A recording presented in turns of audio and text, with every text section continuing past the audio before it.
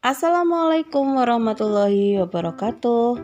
Anak-anak, hari ini kita akan belajar materi pelajaran kelas 4 Bahasa Indonesia. Tema 7, subtema 3. Mari kita belajar bersama dengan Ibu Sofi. Walaupun kalian masih belajar dari rumah, silakan tonton video berikut ini. Bahasa Indonesia mencari arti kata sulit pada suatu teks. Kelas 4. Tema 7, subtema 3. Anak-anak, hari ini kita akan belajar mencari arti kata sulit dan istilah dalam teks. Kata sulit dalam suatu teks adalah kata yang belum kamu ketahui artinya. Dalam suatu teks, kata sulit juga dapat berupa istilah. Istilah adalah kata atau gabungan kata yang menjelaskan konsep atau keadaan dalam bidang tertentu. Istilah sering juga disebut sebagai kata atau ungkapan khusus. Untuk mengetahui arti dari suatu istilah, kamu dapat mencarinya di Kamus Besar Bahasa Indonesia. Saat mencari arti suatu istilah dalam kamus, kamu harus mencari istilah tersebut dalam bentuk kata dasarnya terlebih dahulu. Ayo perhatikan contoh berikut. Kata kesatuan. Kata kesatuan terdiri atas imbuhan ke dan an, serta kata dasar satu. Jadi, saat mencari arti kata kesatuan di Kamus KBBI, carilah menggunakan kata satu.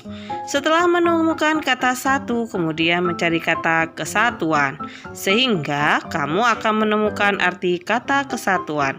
Berikut adalah contoh menulis kata-kata sulit dan artinya.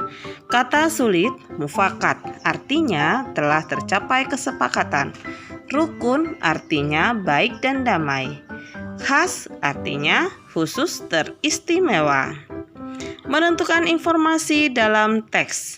Dalam menemukan informasi yang terdapat pada teks terlebih dahulu, kamu perlu membaca dan memahami isi teks dengan baik. Semua informasi penting tersebut dapat kamu temukan dengan menjawab pertanyaan-pertanyaan yang diajukan.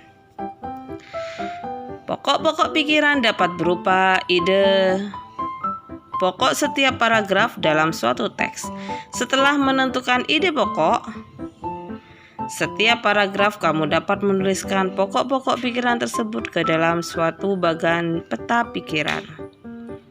Menyampaikan informasi baru melalui peta pikiran.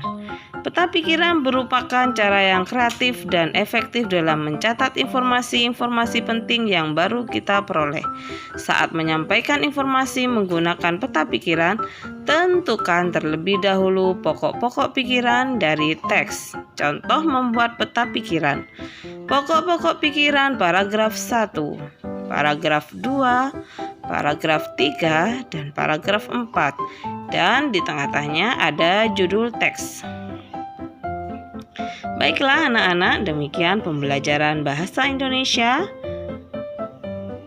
Tema 7, subtema 3, kelas 4. Terima kasih, mudah-mudahan anak-anak bisa belajar dengan baik di rumah. Wassalamualaikum warahmatullahi wabarakatuh.